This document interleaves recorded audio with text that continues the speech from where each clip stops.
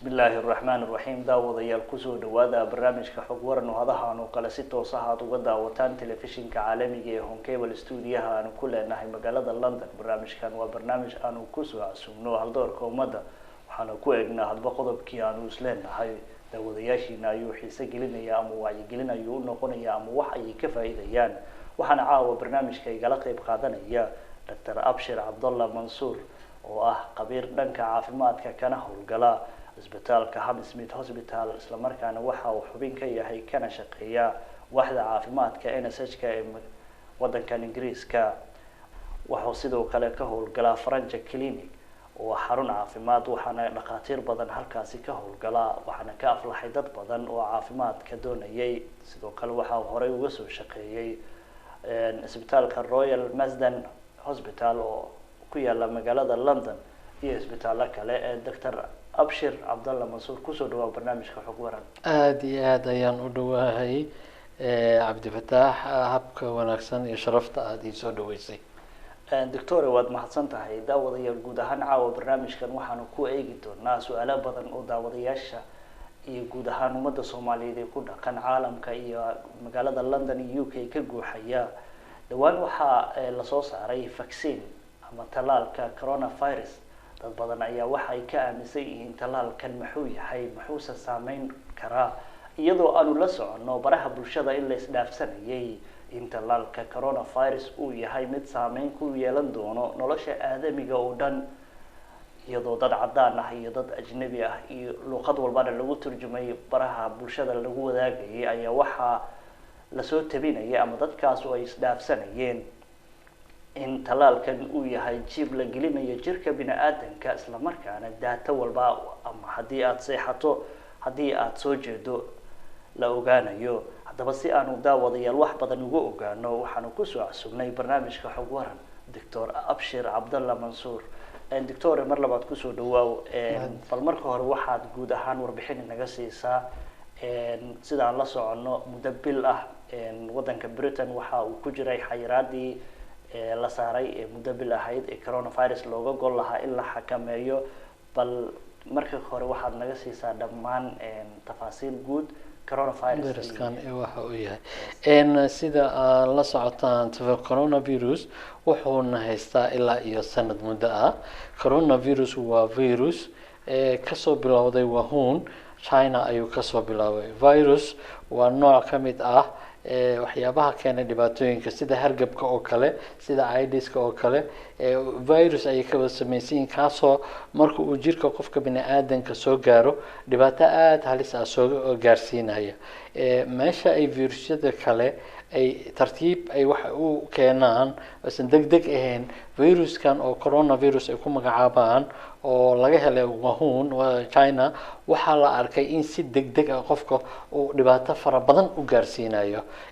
jirka caadi ahaan waxa lagu qaadaa transmissionkiisa uu leeyahay candufta qofka ka soo baxda marka qofka hadlaya oo asagoo ka gali karo meel walba oo qoyaan ah sida sanka ama indhaha ama maxaan ku dhahaa markuu neefsashada ay aad ugu badan tahay laga qaadaa. markii la qaado waxa la arkay period oo incubation ay dhahaan inta uu qofka calaamad ila soo bixi karo waxay tahay maalinta koowaad ilaa iyo 14 maalmood ayuu ku soo bixi karaa. that's why qofka loo dhahaa 14 beri meelaha ka bixin hadii calaamada isku aragtid loo dhahaya. marka wuxuuna aad u saameeyaa qaybta sanbabada ayuu aad u saameeyaa neefta ayuu aad u saameynaya. marka qofkii waxa dhacaysa dadku way kala duwan yihiin difaaca jirka bini'aadanka uu kala duwan yahay. sina qof wuxuu saameynayaa sidii hargab caadi khafiif ah oo madax xanuun wuxuu leeyahay qandho zaid ah iyo maxaan ku dhahaa si khafiif oo dadka qaar kood oo immune systemkooda ama difaacooda uu fiican yahay ay uga gudbayaan 14 kaas maalmood uga dhamaanaya. laakiin dad waxa jiro dadka waaweyn da'da weyn iyo dadka qaba cudurro kale sida sokorta diabetes cancer ay qabaan hadduu ku dhaco waxa dhici karta in cudurka aad u saameeyo ilaa iyo heer dhimasho uu gaarsiiyo. sida telefishinada iyo meel walba laga arkay neeftii ayaa qofkii ka xirmayso sanbabadii ayaa biyo galayo dhibaatooyin aad u fitro badan ayuu keenaya. wuxuu adduunka oo dhan ayuu ku faafay meel uusan gaarin malaha aad ayaana loogu dhintay maxaan ku dhahaa marka calaamadaha oo markuu qofka uu ku dhaco oo lagu arkayo waxyaabaha aada ugu badan oo la sheega ayaa waxay yihiin in qofka qandho tiro badan temperature oo high ah uu isku arki karo, qunfac inuu isku arki karo, korjajab inuu isku arki karo, sidii calaamadihii hargabka oo kale ayuu macnaha uu u dhigmaa. waayahay doctor abshir cabdalla mansuur, waa mahadsan tahay doctore.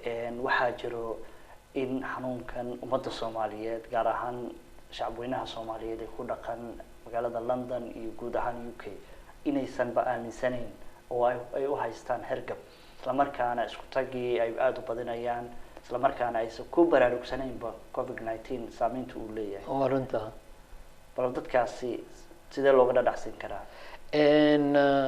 waxa way adag tahay runta, sida maxaa su-aashan ka dhawaaqisay waa su-aal aada muhiim u ah, laakiin aragtida aan arkayno dhimashada oo adduunka ka socoto waxay ku cadaynaysaa isbitaalada dhakhaatiirtii ayaa dhimanaysa, naarsigii ka shaqaynaya ayaa dhimanaya, dadkii meesha ka shaqaynayay ayaa dhimashadii ay ku jirtaa. taas marka waxay ku cadaynaysaa waqti waxaa jira dhimashada aada u badneyd, haddana mar labaad ay soo kacday, second wave hadda la marayo. taas waxay ku cadaynaysaa in uu viruskan dadka dhammaynayo oo dilayo. dad badan Soomaali ah ayaan aaminsaneen waxaan ma jira dhahayo, laakiin waxa cadaynayo waxa dadkan dilay maxay yihiin qofka hadduu isweydiiyo, oo dadkan loo wado oo maxaan ku dhaha aada u tiro badan oo lasii duugayo oo maxaan ku dhaha isbitaalada ku dhamaanayaan, nooc kastoo bini aadanna ay ugu badan yihiin. istaax waxaa kaloo jirto dadka madowga ah iyo dadka oo isheeg maxaa Asianka ah, dadka minority-ga ah aada buu u dhameeyaaba. saas darteed Soomaali tiro badan ayaa London laftirkeeda ku dhimatay, haddii aad si fiican u baartid ogaatid. waa mahadsan tahay doctore. dad badan oo Soomaaliyeed ayaa waxay aaminsan yihiin in isbitaalada London iyo UK haddii coronavirus uu kugu dhaco si fudud lagu dilayo. adigu waxaad ka mid tahay dhakhaatiirta ka howlgasha isbitaalada ku yaala magaalada London, waxaa sidoo kale tahay dhakhtar ka howlgala French Clinic Hospital, French Clinic oo ku yaala magaalada London. maxay tahay dadkaasi aragtida ay qabaan? dhakhaatiirta aragtida ay qabaan shacabka Soomaaliyeed ee aaminsan in isbitaalada dadka dilaan, dadka ay dilaan. okay. arrinkaas arrin oo jira ma aha, sababtoo ah anigii ku dhex jirno ayaan arkaynaa maxaan ku dhaha maalin walba dadka oo aada u jilicsan oo maxaan ku dhaha cudurro kala qaba, oo sida haddaan sheegnay sokorta, dhiigkarka, cudurro kale, ama dadka da-dooda aada u weyn tahay, difaacooda aan lahayn ayaa hortaada ku dhimanayo. oo adigana waxaa lagaga baahan yahay inaad xiratid qalab aada muhiim u ah, inaad xiratid oo maaskara qaadatid.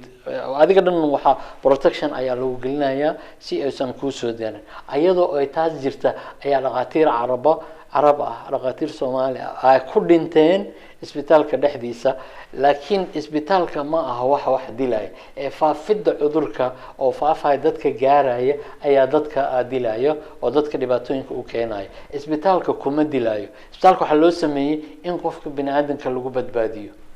waa mahadsan tahay doctor abshir cabdalla mansuur. waxaad ka mid tahay saraakiisha ama dhakhaatiirta caafimaadka ee isbitaalada ku yaala magaalada London. daraasaad ma la sameeyey sababta ay ugu badan yihiin dadka soo galootiga dhimashada coronavirus? waxaa aada loo baaray berihii ugu horeysay oo la fahmi waayey sababta ugu badan yahay maxaan ku dhahaa dadka oo isheeg sida Asianka, Africanka, xataa waxaa loo bixiyey viruskii oo raasistaha ahaa ayaa loo bixiyey. waxaa la ogaaday si fiican markii loo baaray, hadda journalkan newska lagu soo qoray, vitamin D-ga oo bini aadanka immune systemkiisa ayuu kor u qaadaa, difaac weyn ayuu sameeyaa. taas awal laguma xisaabtamaynin. waxaa vitamin D marka Chicago iyo America research fara badan ayay sameeyeen, waxayna sheegeen in haddii vitamin D oo xoogan la isticmaali lahaa dadka u dhintay viruska in half la badbaadin lahaa ayay sheegeen. midda kale dadka oo maxaan ku dhahaa soo galootiga ama dadka ajnabiga ah sida aad u taqaanid guryaha waxay ku nool yihiin hooyadii hooyadeeda family aada u tiro badan ayay ku nool yihiin dadka kale European-ta ah waa taqaanaa hooyo iyo aabe hal cunug ayaa ku nool maybe dadka waaweyn keligooda guriga ku nool yihiin maadaama sin ay yihiin isuma faafinayaan si dhaqsi ah laakiin dadkan oo crowded ah hal qof banaanka hadduu kasoo qaado dadkii guriga joogay macal ayeeyo wixii ku jiraan caruur fara badanna soomaalida oo kale way leeyihiin way isu wada gudbinayaan taas waxay keenaysaa marka qofkii markaas u jilicsan inuu meesha uu ku dhinto dadka weyn oo kale especially inay dhintaan taas ayaa aad xooga loo saaraya doctor waa mahadsan tahay sharaxaada badan vitamin D-ga waxaad ka hadashay vitamin D-ga Chicago daraasaadkii ay sameysay in uu bini'aadanka wax weyn u tarayo haddii aan dib ugu soo noqono vitamin D-ga bini'aadanka faa'iido intee leeg ayuu u leeyahay vitamin D-ga waa very important annaga waxaan ka nimid wadan qorax leh wadankeena waa wada qorax leh marka vitamin D wuxuu ku jiraa maqaarka wuxuu u baahan yahay qorax inay ku dhacdo markii ay qoraxdu ku dhacdo maqaarka wuu dhalaalayaa wuxuu ku dhex shubmayaa dhiigga uu badanayaa wuxuu aad u caawiyaa immune system difaaca jirka bini'aadamka uu caawiyaa wuxuu ka qayb qaataa synthesis saaritaanka dhacaanada hormoneska la dhaho sida insulinta waa taqaanaa oo sokorta oo dadka ka yaraato wuu caawinayaa testosterone hormonada haweenka oo dhan caadada oo isbedeshay waxyaabahaas qaar oo dhan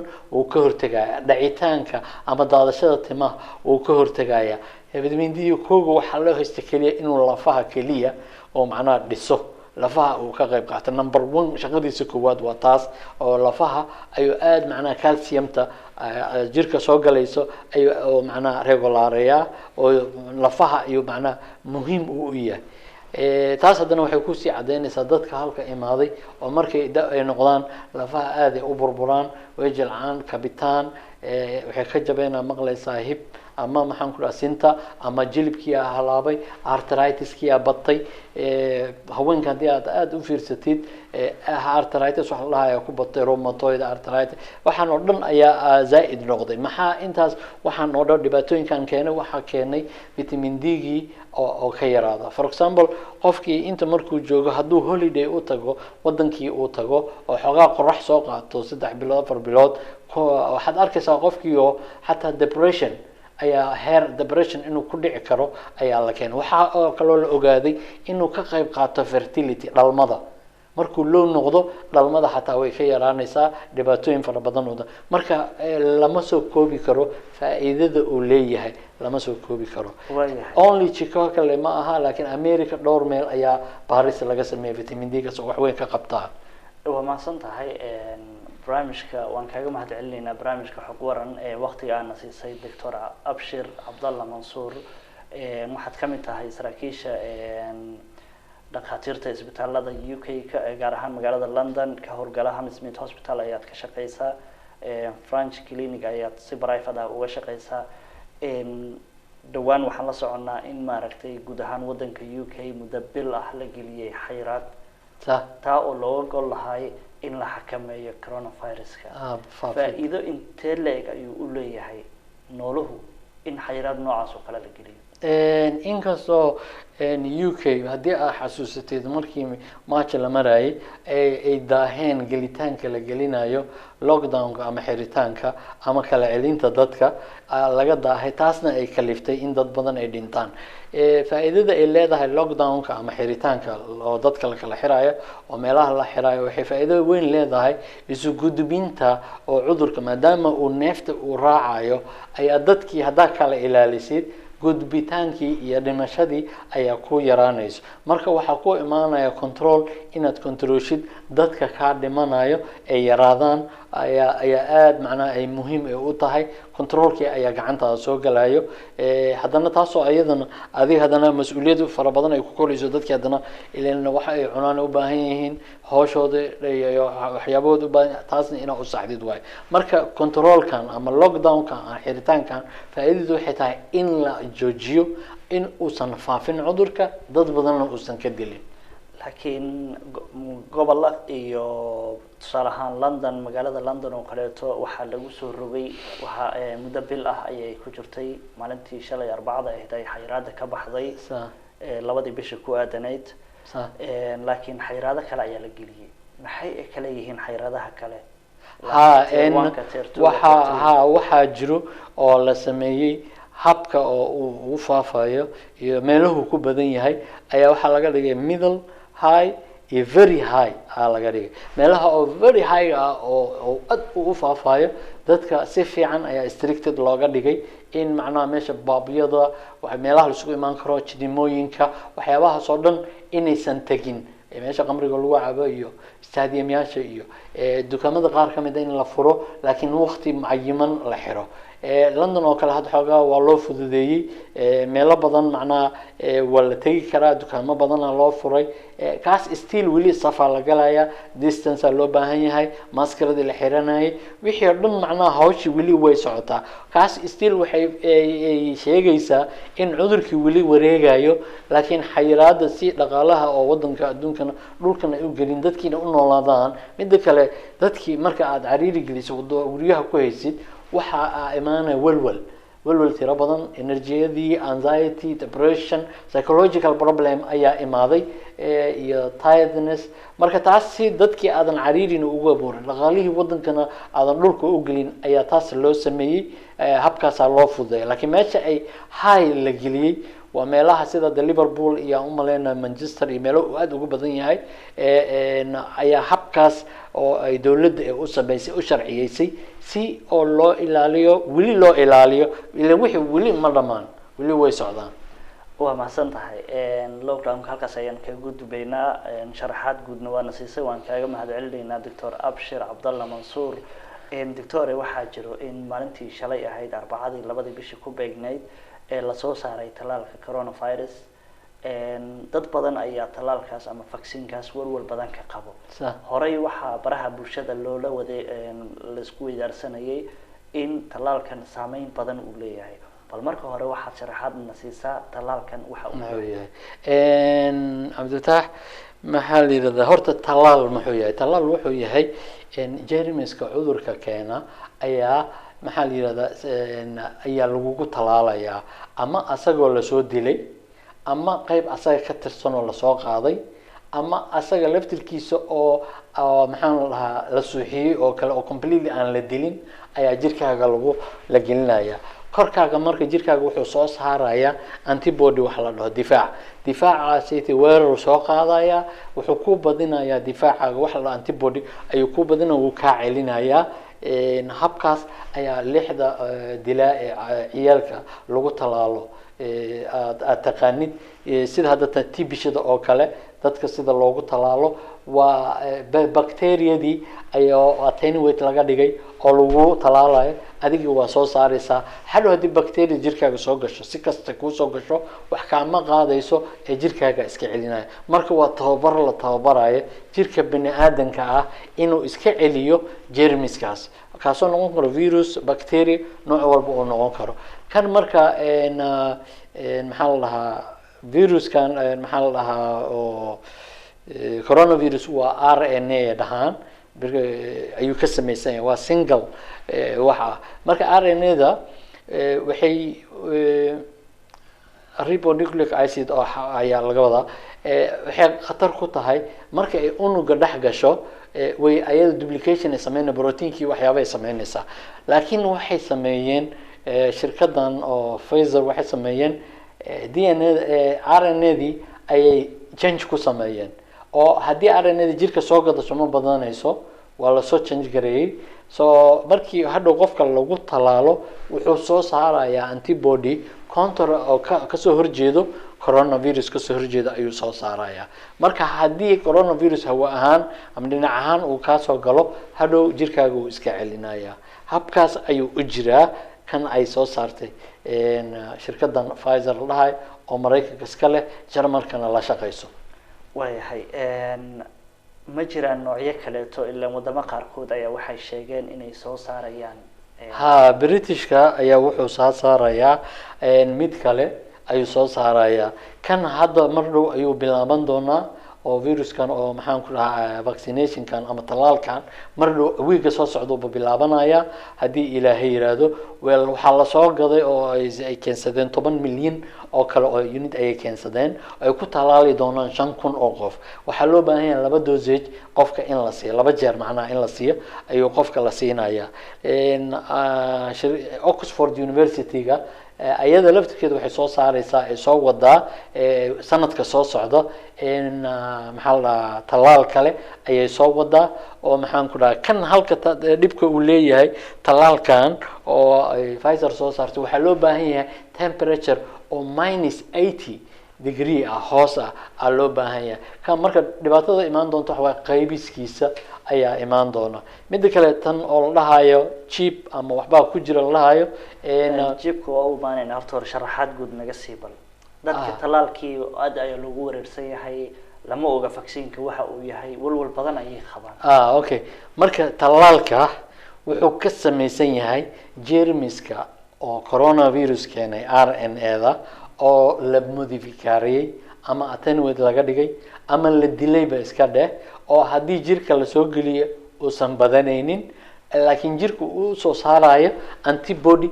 iska difaacayo 2 jeer ayaana lagu talaalayaa oo hal dose lagu siinaa waa loo sugayaa muddo haddana marka lagu talaalaa difaacaas wuxuu ka celinayaa in uu kugu dhaco coronavirus intee leeg ayuu marka inta noloshaada ka dhiman mayuu ku haynayaa labadaas dosage muddo intee leeg ayaa lagu sheegay la ilaa ay hadda xaqiiqo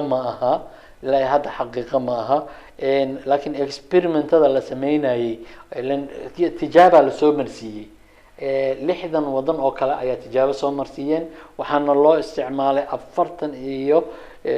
3,700 oo qof ayaa lagu soo tijaabiyay oo waxaan lagu soo sameeyay oo hadda wili nool oo soo saareen difaacooda jirkooda soo saareen waxay noqon kartaa inuu talaalkaas uu ku hayo maybe ilaa iyo sanad sida la sheegayo marka lagu talaalo ilaa iyo sanad inaad immune ahaanaysid iyo ilaa waxaan wili experimental ay ku jiraan hadda la ogolaaday haddana si looga hortago dhimashada u badan ayaan loo ogolaaday waayahay talaalka wadanka UK markii aan ka hadlayno wadamada kale kama hadlayno policy gooni ay wadan u leeyahay waxaan joognaa wadanka UK waxaan joognaa magaalada London sax yaa loo ogol yahay talaalkaas in la siiyo talaalka sida aad u taqaanid dadka oo vulnerable ka dadka oo halista ku jiro oo gaar ahaan staffka isbitaalada dadka ka shaqeeya ayaa kooga xaq u leh ayaga ayaa lagu bilaabaya waxa ku xigaya dadka vulnerable ka oo maxaan ku dhahaa ayaga laftirkooda oo dadka weyna oo qaba sokor ama cudurro kale oo qabaan oo laga cabsanayo inay u dhintaan hadduu coronavirus jirkooda soo galo ayaa ku xigsanaya shacbiga caadiga way dambeynayaan marka staffka marka badbaadsatid ayaga waxay ku badbaadinayaan dad fara badan ayaa shaqadooda howshooda isbitaalka ahayd ay haysanayaan dadkii waaweynaa oo lagu hayay guryaha maxaan ku dhahaa home care-kii lagu hayay ayaa ku xigi doono oo ayagana loo qaybin doono iyo dadka ayaga la shaqeeyaan ayaa loo qaybin doonaa saas ay u socon doonaa ilaa iyo hadhow laga kala qaybiyo ilaa iyo GP-yada lagu wareejiyo kan GP-yada lagu wareejin doono wuxuu noqon doonaa sida loo badinayo in kan ay Oxford soo saartay inuu noqdo waa mahadsan tahay Dr. Abshir Cabdalla Mansuur talaalkan ayaa weli su'aalo badan dadku ka keenayaan waxaa jira muddadii ugu dambeysay in shacabka Soomaaliyeed meel walba ay joogaan gaar ahaan shacabka ku dhaqan magaalada London dadku hadlayo codad Soomaali dadku hadlayo luqado kale oo ka mid tahay Ingiriiska la isdhaafsanayay in vaccine-kan uu wata jib yar jirkana la gelinayo jibkaasna data walba oo aad samayso oo adiga shakhsi ahaantaada ku qarsan la wadaagayo dadka qaarkood ayaa waxa ay sheegayeen in jibkaasi xitaa haddii aad samayso maaragtay sawjadaada aad u tagtid uu sheegayo haddii loo baahdo lagu dilayo bal muxuu yahay aragtidaas aniga xaqiiqa ma jirto aad ay u adag tahay waxaan talaal ayaa laga hadlayaa waa liquid chip maaha qalada waa arki doontaa qofka marka la lagu duraayo kole waa la tusi doonaa waa loo jibin doonaa flu jabka hadda socdo kan dadka lagu talaalo hargabka loogu talagalo kaasuu la mid yahay exactly flu jab ku qoran marka kuma jiro wax chip ah ama wax lagu ogaanayo kuma jiro. waxaaba laga baqayaaba in markii doosaha koowaad lagu ama kan koowaad lagu dhufto kan kale macnaha in laga gaarsiiyo si immune systemkaaga oo xoog u soo kaco in laga gaarsiiyo. marka waxaan waa wax biological ah, ma aha wax chip ama wax chemical oo maxaan ku dhahaa wax lagu ogaan karo ma aha. waxaa jiray codad Soomaali ah oo la isdhaafsanayay baraha bulshada WhatsApp-ka iyo guruubyada la iskugu dirayay taa oo dadka qaarkood ay dhahayeen caruurtiina kala carara UK, caruurtiina kala carara London si jibkaas ay uga badbaadaan. marka waxaan daawanayo dad badan oo xanuuno qaaday, dhibaato badan gaaray hadalka. maxaad kula talinaysaa dadka? waxaan dhihi lahaa qalbigiina dejiya, ma jiro wax jib ah oo qof bani aadan lagu talaalayo. jibka laftirkiisa qaybintiisa lacag fara badan uu rabaya, sameyntiisa lacag badan uu rabaya. midda kale danta laga leeyahay jib in la geliyo dhaqaatiirtii ayaga u shaqeynaya oo Britishka ah ayaa lagu talaalayaa number 1. kaas maxaa laga doonaa in daatooyinkiisa wixiisa la helo. aan marka waxaan dhihi lahaa in Soomaalidana ay isdejiyaan, waxaas ma jiraan.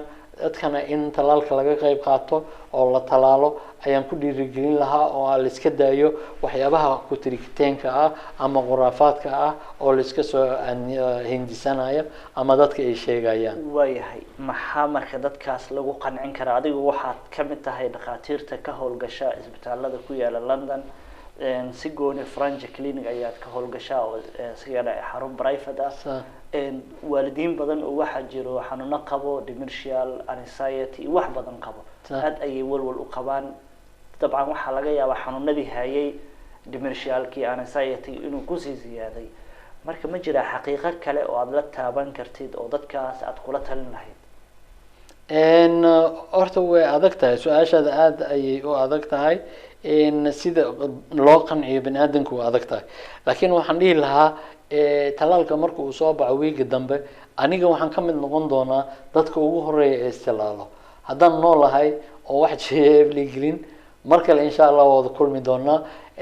waxaan dhihi lahaa waxaan waa liquid wax ku samaysan dheecaan oo coronaviruski oo qofka bini aadanka lagu duraayo oo jirka immune systemkiisa kor loogu soo qaadayo kaliya waay ma aha waxaan oo dadka ku tiritaanka khuraafaadka in la dhageysto ma. waaya marka waxaad leedahay dhaqaatiirtii front line ka joogay ama safka hore ku jiray ayaaba la talaalay u dhashay wadankan ama ha ahaadaan dhaqtar. dabcan waxaan ku tirnaa inay safka hore yihiin waaxda caafimaadka, iyaga ayaa dadka ugu horeeya priority la siin doono. marka waxaad leedahay taas waxay ku tusaysaa cadeyn ah yaa doonaya in dhaqaatiirtiisa wadankiisa dhameeyo. su-aal qofna ma doonayo dadkii dadku badbaadin lahaa waa ninkii madaxweynihii wadanka Boris Yeltsin ayay ku dhacay coronavirus. waxaa soo daaweeyeen dhaqaatiir, ma u maleynayo inuu ku fikirayo kuwaas dhamee. waa run oo dhaqaatiirtii wadanka haddii lagu bilaabayo oo dadkii maaragtay dhulyaalka ah ama guryaha lagu xanaanaynayay kadib shacabka marka waxaad leedahay haddaad heshidba oo jaanis heshidba nasiibaa leedahay talaalka istalaal. waa maasantahay. marka waxaan ka codsanaynaa markii talaalkaas lagu darayo maadaama aad ka mid tahay dhaqaatiirta ka howlgasha Hammersmith Hospital, sidoo kale French clinic si gooni aad private u leedahiin adigii dhaqaatiir kale ajnabi ah. marka waxaan ka codsanaynaa kana mid tahay aad tahay daktarka howlgala waaxda caafimaadka ee UK loo soo gaabay NHS-ka in aad sawirana la wadaagto si aan daawadayaasha iyo hooyooyin badan oo ku sugan magaalada London iyo UK anxiety uu ku dhacay ama walwal badan ka qabo si aan ula insha Allah sameynayna taas Cabdilfataax. anagoo soo gaarnay qaybihii dambe barnaamijka xog waran. doctor waan kaaga mahad celinaynaa barnaamijka xog waran iyo casuumaadii aad naga yeeshay. anagoo og in maaragtay saacado badan aad ka shaqaysid isbitaalka waaxda caafimaadka ee London, NHS-ka sida Hammersmith Hospital iyo French clinic oo si private ah u leedahay. waqtigaadan cariiri uu yahay, xayiraadna laga soo baxay oo maqaayadihii la furay, aad u baahan tahay naftaada inaad waqti siiso. waxaa jiro su-aalaha ugu dambeeya waxay noqon doonaan anxiety ay dadka ka qabaan coronavirus. maxaa dadkaasi kula talin lahayd? waa la soo maray dhibka, waa la soo arkay, mana la oga ilaa intee lahayn doonta. dowladda kasta oo adduunka ku nool waxay ku dadaalaysa inay soo saarto talaal inay soo saarto si waxaan loo joojiyo oo hal mar looga quusto. sanad dhan ayuu dadka dhibaato u geysanayaa. waxaa wanaagsan qofka inuu niyadiisa geliyo markaan gabagabay maraysaa insha allah haddii la helo talaalkii wixii ay shaqeeyaan waana shaqeyn doonaan. in anxiety walwalka tirada badan in la iska dejiyo.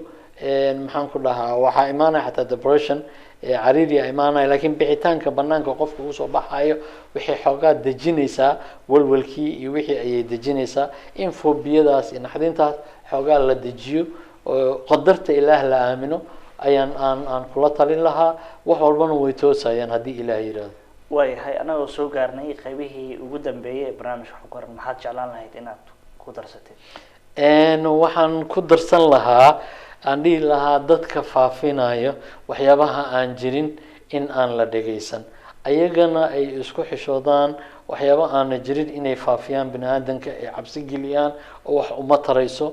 hooyo weyn guri fadhido ayeeyo inaan naxisid aad tiraahdo jiibaa lagu gelinaa waxa inaan waxaas lagu hadlin ama dadka waxa aadan hubin inaad u sheegtin in laga dhaafo. ummadda Soomaaliyana waxaan dhihi lahaa yaan la iska aaminin hadal kasta oo la dhahayo ee hubsada ee dhageysta dadka oo maxaan lahaa cilmiga u leh oo maxaan ku dhahaa arrimahan oo mas'uulka ka ah oo ku dhex jira arkay weydiiya dadkaas fursadna waa u helaysaan. maxaan ku dhahaa taas ayaan kusoo gabagabayn lahaa in la yareeyo walwalka iyo la iska baabi'iyo. oo maxaan ku dhahaa waxa wixii su-aal qabo aan meelo fara badan oo la weydiiyaa jiro. UK xataa nambaray sameeyeen haddaad su-aal qabtid soo weydii la dhahayo dadkooda ayay weydiinayeen na soo waca na weydiiyo waxaa rabtaan gacana idin siinayna. intaasoo dhan in lagu qanco ayaan filayaa.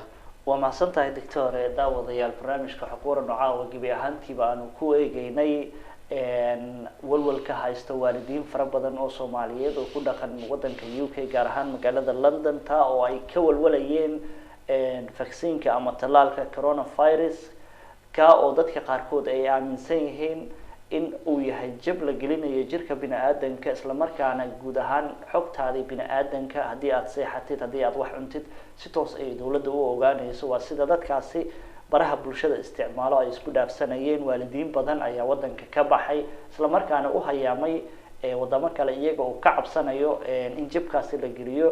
waxaana barnaamijka inagala qayb qaadanayay isla markaana gaashaanka u daruuray Dr. Abshir Abdallah Mansour oo ah dhakhtarka howlgala Hammersmith Hospital kana mid ah dhakhaatiirka waaxda caafimaadka ee UK. sidoo kale French Clinic-na ka howlgala waa xarun private ah isbitaalada horeyna uga soo shaqeeyay. dhakhtar caan ah ayaa waxa uu noo sheegay in aysan jirin vaccine-ka sida ay dadka ka aaminsan yihiin isla markaana waxa uu noo ballan qaaday in uu nala wadaagi doono maadaama dadka vaccine-ka ugu horeeya la siin doono ay noqon doonaan dhakhaatiirta ama kalkaaliyaasha iyo dadka caafimaadka ka howlgala isbitaalada una ka mid yahay lana shacabka Soomaaliyeed la wadaagi doono. waqtiga uu na siiyay Dr. Abshir Abdallah Mansour waa uga mahad celinaynaa. barnaamijka waxaa idinla socodsiinayay anigoo Cabdifataax Cali Shirwac. tan iyo intaanu barnaamijka xog waran dib ugu kulmi doono waa bahda Home Cable oo isku duuban oo idinla sidaa iyo amaana Allah. wasalaamu calaykum waraxmatullaahi wabarakaatuh.